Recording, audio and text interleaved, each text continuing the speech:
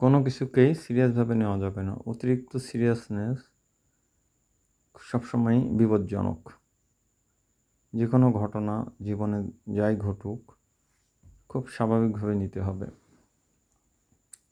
সেটা প্রেমে ব্যর্থতা হোক, সংসার জীবনে অশান্তি হোক, ছেলেমেয়েদের লেখাপড়ার অবনতি বা যে কোনো সামাজিক জীবনে, পারিপার্শ্বিক জীবনে, বন্ধুবান্ধব, আত্মীয়স্বজন যে কোনো ক্ষেত্রেই এখন চারিদিকেই শুধু মানুষ রয়েছে যারা অঘটন ঘটন পটীয়সী, অর্থাৎ তারা নিত্য নতুন অঘটন ঘটিয়ে চলেছে।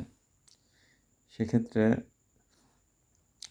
সবসময় নিজেদেরকে কুল রাখতে হবে, অর্থাৎ কোনোভাবেই সিরিয়াস হওয়া যাবে না।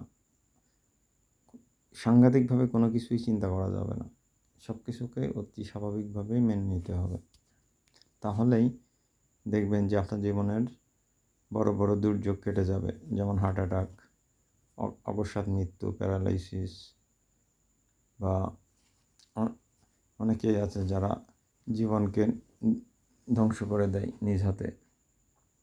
কেউ নেশায় আসক্ত হচ্ছে, কেউ বা আত্মহননের পথ বেছে নিচ্ছে, কেউ বা দাম্পত্য কলহ বা দাম্পত্য জীবনের অবসান বা অনেক ধরনের ঘটনাই যা ঘটছে যা আসলেই জীবনকে একদম তছনছ করে দেয়। সুতরাং বর্তমান সময়ে বেঁচে থাকাটাই হলো প্রধান চ্যালেঞ্জ।